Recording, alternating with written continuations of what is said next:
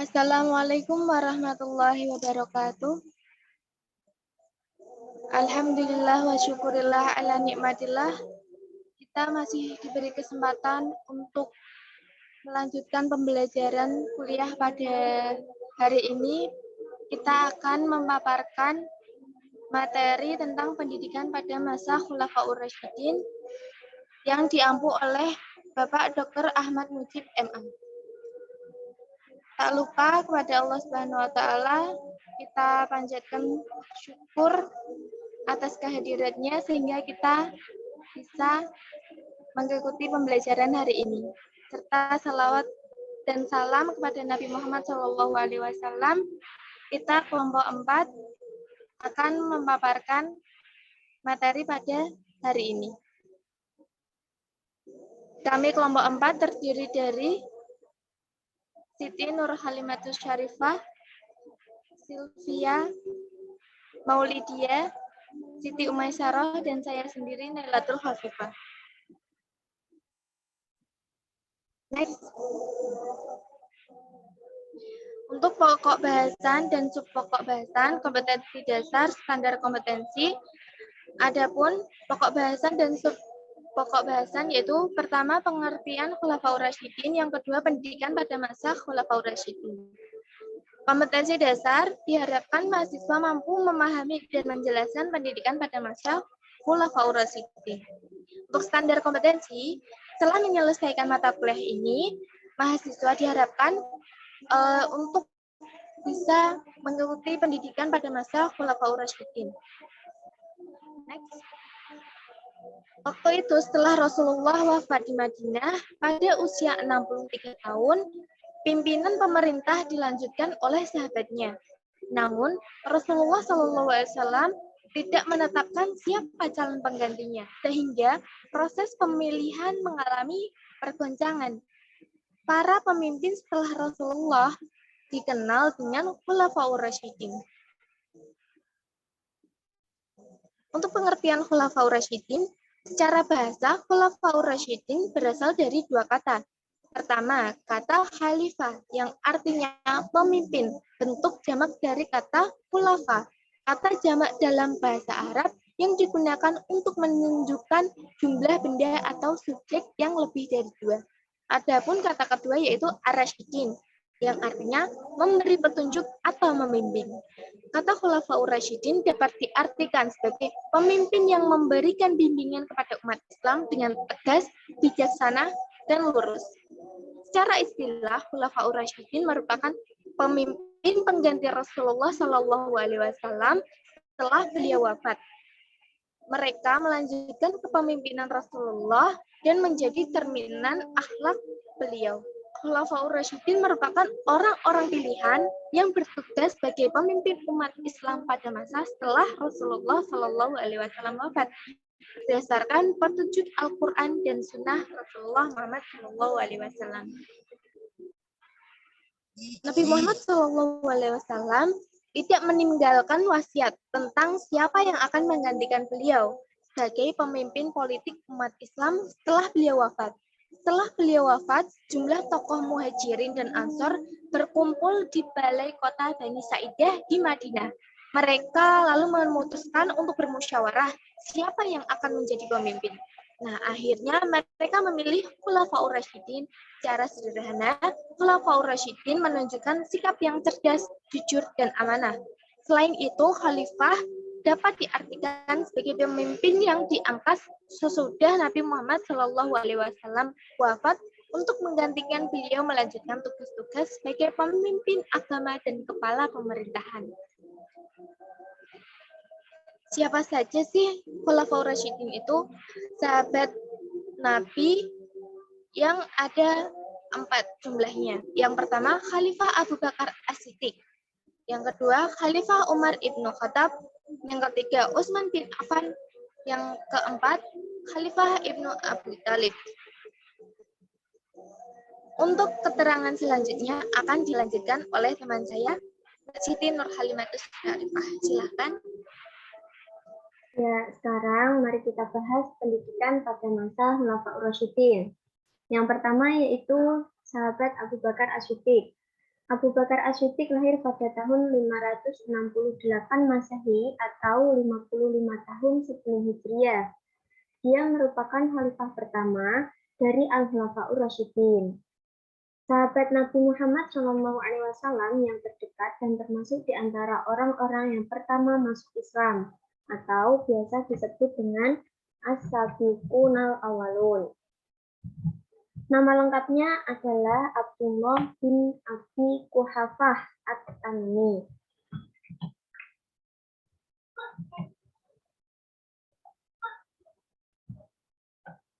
Pendidikan Islam pada masa Abu Bakar. Adapun usaha-usaha Abu Bakar dalam pendidikan dipandang dari materi pelajaran, yaitu melanjutkan apa yang pernah dikerjakan oleh Rasulullah, yakni melakukan pendidikan Al-Quran, keagamaan, sosial kemasyarakatan, dakwah Islamiyah, pertahanan, dan keamanan. Lembaga pendidikan pada masa Abu Bakar masih seperti lembaga pendidikan pada masa Nabi, namun dari segi kuantitas maupun kualitas sudah banyak mengalami perkembangan. Di antaranya yaitu yang pertama Kutab.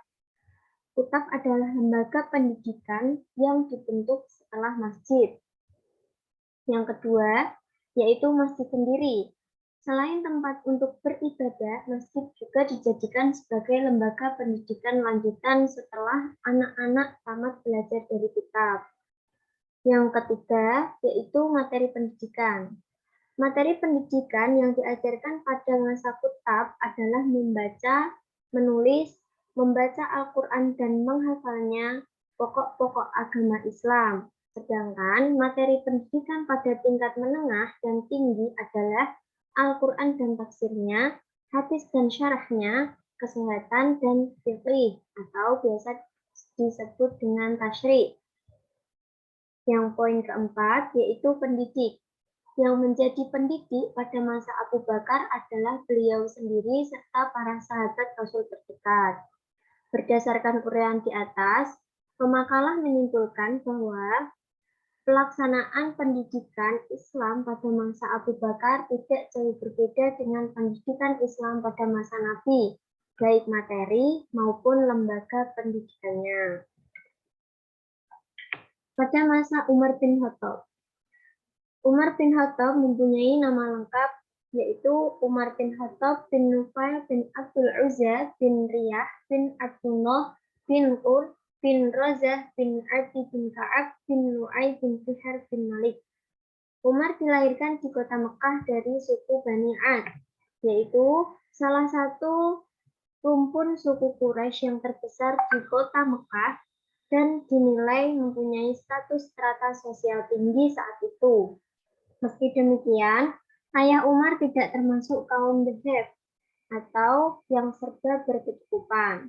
Justru sebaliknya, keadaan finansialnya pas-pasan, namun dia sang pemberani dan cerdas serta dihormati di kalangan orang sekelilingnya.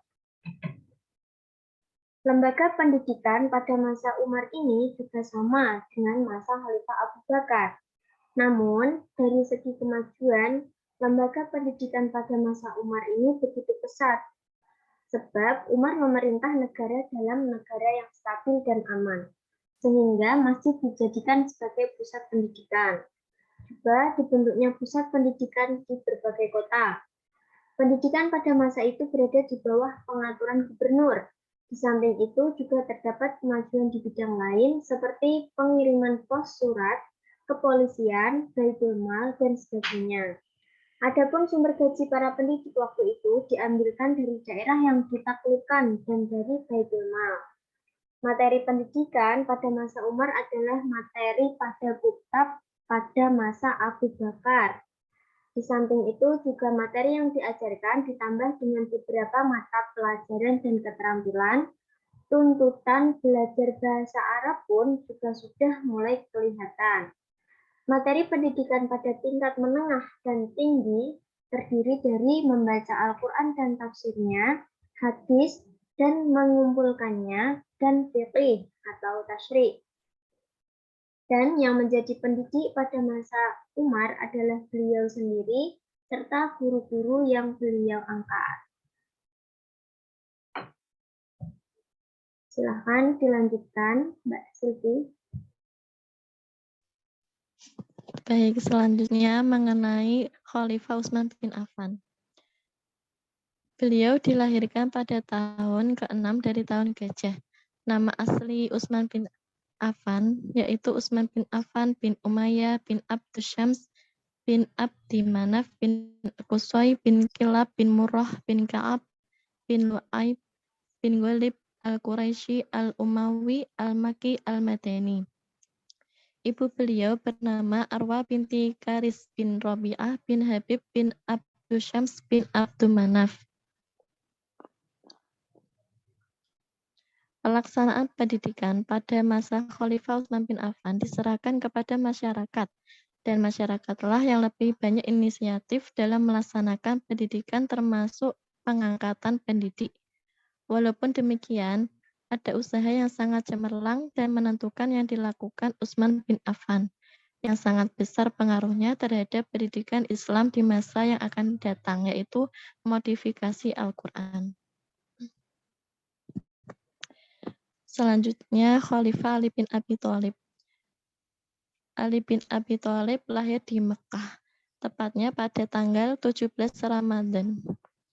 Khalifah keempat terakhir dari Al-Khulafa Ar-Rasyidin, orang pertama yang masuk dari kalangan anak-anak sepupu Nabi SAW, yang kemudian menjadi penentunya ayahnya, Abu Thalib bin Abdul Muthalib bin Hashim bin Abdul Manaf, adalah kakak kandung ayah Nabi SAW. Abdullah bin Abdul Muthalib. Ibunya bernama Fatimah binti As'ad bin Hashim bin Abdul Manaf. Sewaktu lahir, dia diberi nama Haidarah oleh ibunya, namun kemudian diganti ayahnya dengan Ali. Pada masa Ali, tidak dapat diduga bahwa kegiatan pendidikan pun saat itu mengalami hambatan karena perang saudara, meskipun tidak terhenti sama sekali. Stabilitas pendidikan dan keamanan sosial merupakan syarat mutlak terjadinya perkembangan itu sendiri, baik ekonomi, sosial, politik, budaya, maupun pengembangan intelektual dan agama. Ali sendiri tidak sempat memikirkan masalah pendidikan karena seluruh perhatiannya ditumpahkan pada masalah yang lebih penting dan sangat mendesak. Demikian kehidupan pada masa Khalifah Ali. Pendidikan yang masih berjalan seperti apa yang telah berlaku sebelumnya. Selain adanya motivasi dan falsafah pendidikan yang dibina pada masa Rasulullah, juga ada tumbuh motivasi dan falsafah pendidikan yang dibina oleh kaum Syiah dan Khawarij, yang mengakibatkan banyaknya pandangan dan paham yang menjadi landasan dasar serta berpikir yang memberi kesempatan untuk mencerai-beraikan umat Islam mendatang. Selanjutnya dilanjutkan oleh Mbak Siti Maisarah. Visi pendidikan pada masa Khulafaur Rasyidin secara eksplisit sulit dijumpai. Namun faktanya, visi pendidikan pada masa Khulafaur Rasyidin masih sama dengan visi pendidikan pada zaman Rasulullah. Visi tersebut adalah unggul dalam bidang keagamaan sebagai landasan membangun kehidupan umat. Misi dalam pendidikan zaman Khulafaur Rasyidin sebagai berikut. Yang pertama, memantapkan dan menguatkan keyakinan dan patuh kepada ajaran Islam yang dibawa oleh Nabi Muhammad dengan cara memahami, menghayati, dan mengamalkan secara konsisten. Hal ini dilakukan oleh Abu Bakar untuk memerangi orang yang mungkar atau murtad terhadap ajaran yang tidak mau membayar zakat dan mengaku sebagai nabi. Kedua, menyediakan sarana prasarana dan fasilitas yang memungkinkan terlaksananya ajaran agama, usaha yang dilakukan oleh Khulafaur Rasyidin dengan mengumpulkan Al-Quran yang berserakan di zaman Khalifah Abu Bakar dan menyalin kembali di zaman Khalifah Utsman bin Affan. dan membentuk lembaga dan peranata sosial, membentuk lembaga yudikatif dan eksekutif, menertibkan sistem pembayaran gaji dan pajak tanah di zaman Umar bin Khattab, membangun jalan jembatan, masjid, dan memperluas Masjid Nabi di Madinah di zaman Khalifah Utsman bin Affan.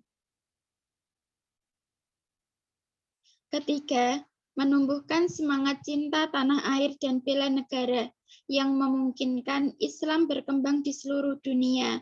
Upaya ini dilakukan untuk memperluas wilayah dakwah Islam selain ke Jazirah Arab, ke Irak, Syria di zaman Khalifah Abu Bakar, ke Palestina, wilayah Syria lainnya, dan Mesir di zaman Khalifah Umar bin Khattab. Keempat, melahirkan para kader pemimpin umat, pendidik, dan da'i yang tangguh dalam mewujudkan syiar Islam. Upaya ini dilakukan Khulafaur Rasyidin, yaitu dengan menyelenggarakan khalaqah kajian terhadap Al-Quran, hadis, hukum Islam, dan fatwa selanjutnya, melahirkan para ulama dari kalangan para tabi'in.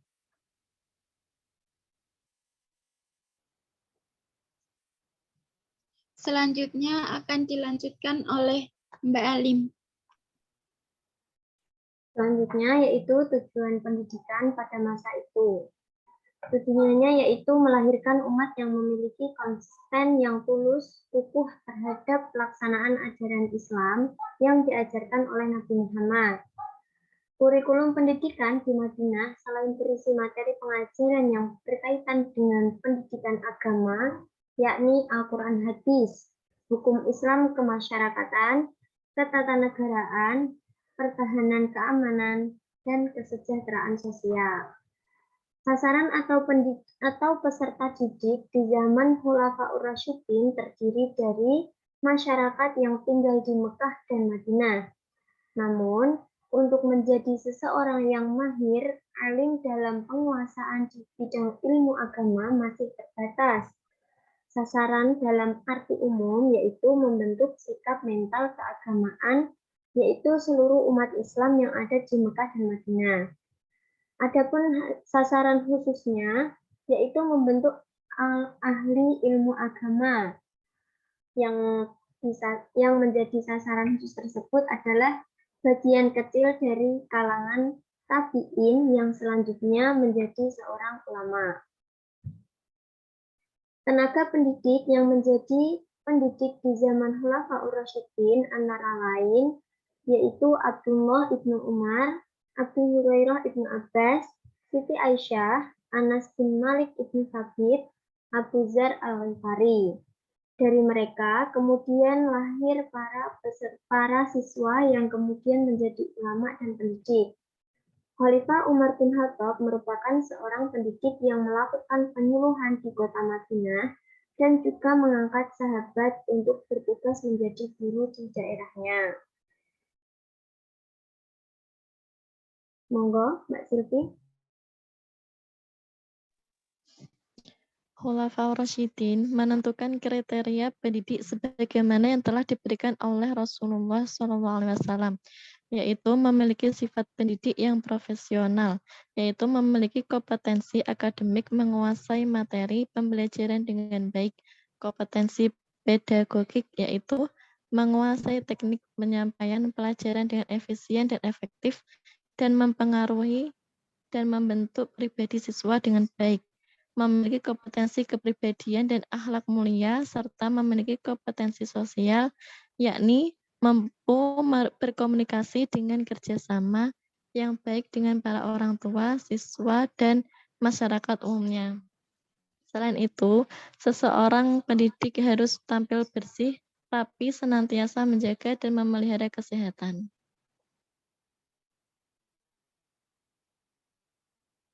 Metode dan pendekatan pembelajaran yang digunakan antara lain yaitu bentuk halaqah, yakni guru duduk di sebagian ruang masjid, kemudian dikelilingi oleh para siswa, guru menyampaikan ajaran kata demi kata dan jelaskan kandungannya, dan para siswa menyimak, mencatat, dan mengulanginya apa yang dikemukakan oleh guru.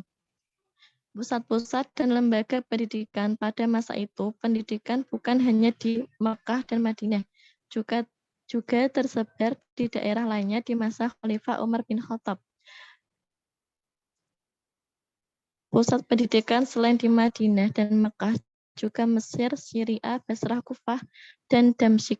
Lembaga yang digunakan masih sama dengan lembaga yang digunakan zaman Rasulullah, yaitu Sufah, Kutab, dan Rumah. Selanjutnya dilanjutkan oleh Mbak Umaisarah. Untuk melakukan pembangunan dan pengadaan berbagai kebutuhan fasilitas belum mendapatkan perhatian yang memadai. Namun, di zaman Khalifah Abu Bakar mendapat perhatian untuk mengumpulkan Al-Quran yang dilanjutkan di zaman Utsman bin Affan dengan menuliskannya kembali sehingga menjadi Al-Quran yang standar sebagaimana yang digunakan sampai sekarang. Dan hal ini berhubungan dengan penyediaan bahan kajian, pegangan dan pedoman bagi penyelenggara dakwah dan pendidikan. Selanjutnya, di zaman Umar bin Khattab mulai diatur dan diterapkan sistem pembayaran gaji dan pajak tanah. Dengan demikian, guru dan pejabat negara lainnya mendapat gaji yang memadai sehingga mereka bertugas dengan tenang. Di zaman Umar juga telah diterapkan kalender Islam berdasarkan tahun Hijriyah Nabi Muhammad yang terhitung sejak bulan Muharram sampai dengan Dzulhijjah. Evaluasi dan lulusan pendidikan. Kegiatan evaluasi dan pendidikan masih berlangsung secara lisan dan perbuatan, yakni bahwa kemampuan seseorang dalam menguasai bahan pelajaran dilihat dari kemampuan mengemukakan, mengajarkan, dan mengamalkan ajaran, juga nilai memiliki kecakapan dalam ilmu agama seperti tafsir hadis dan sejarah. Kemudian dipercaya masyarakat untuk mengajar atau menyampaikan ilmu kepada orang lain dan merupakan proses standar evaluasi yang objektif dan murni. Karena kepercayaan publik pada umumnya menggambarkan keadaan yang sesungguhnya dan bersifat objektif. Selanjutnya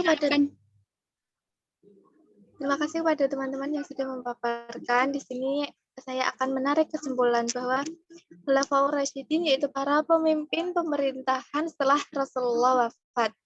Mereka adalah Abu Bakar As-Siddiq, Utsman bin Affan, Ali bin Abi Thalib, dan Umar bin Khattab. Nah, lembaga pendidikan pada masa Abu Bakar masih seperti lembaga pendidikan pada masa Nabi. Namun dari segi kuantitas maupun kualitas sudah banyak mengalami perkembangan. Lembaga pendidikan pada masa Umar ini juga sama dengan masa Khalifah Abu Bakar. Namun dari segi kemajuan, lembaga pendidikan begitu sangat pesat. Sebab Umar memerintah negara dalam keadaan stabil dan aman. Pelaksanaan pendidikan pada masa ini diserahkan kepada masyarakat, dan masyarakatlah yang lebih banyak inisiatif dalam melaksanakan pendidikan, termasuk pengangkatan pendidik. Pada masa Ali, tidak dapat diduga bahwa kegiatan pendidikan pun suatu saat itu mengalami hambatan karena terdapat perang saudara. Meskipun begitu, tidak terhenti sama sekali. Stabilitas pendidikan dan keamanan sosial merupakan syarat mutlak terjadinya perkembangan itu sendiri, baik dari ekonomi, sosial, politik, budaya, ataupun pengembangan intelektual dan agama. Pendidikan di zaman Khulafaur Rasyidin secara umum masih sama keadaannya dengan pendidikan yang telah berlangsung di zaman Rasulullah. Hal ini terjadi karena orang-orang mengikuti garis hidup yang sedapat mungkin sesuai dengan garis hidup yang diajarkan Rasulullah. Walaupun masih sederhana, pendidikan zaman Khulafaur Rasyidin sudah memperhatikan berbagai komponen yang sudah diperluas, yaitu komponen visi, misi, tujuan, kurikulum, proses belajar mengajar guru, murid, sarana prasarana, pembiayaan, serta evaluasi pendidikan dan pengajaran yang sudah ada. Pendidikan yang dilakukan tergolong berhasil dan ada yang tergolong kurang berhasil. Hal ini berhasil karena dapat dilihat dari upaya pengembalian dan penyadaran orang-orang yang membangkang terhadap Islam, pengumpulan, menyalin, dan membukukan Al-Quran, serta lahirlah sejumlah ulama di kalangan para sahabat dan tabi'in. Adapun yang tergolong kurang stabil atau kurang berhasil, yaitu antara lain timbulnya pemberontakan, peperangan, bahkan pembunuhan yang membawa perpecahan umat ke dalam kelompok antara satu dengan yang lainnya, sehingga sulitnya ditemukan kelompok-kelompok tersebut antara lain kelompok Sunni, Syiah, dan Khawarij. Terima kasih. Demikian yang dapat kita sampaikan dari kelompok 4. Jika mungkin ada sanggahan, tambahan, kekurangan, ataupun pertanyaan, kita lanjutkan di diskusi pertemuan dengan Bapak Mujib selaku dosen pengampu. Akhirul kalam, wallahu muwaffiq ila aqwamit thoriq. Wassalamualaikum warahmatullahi wabarakatuh.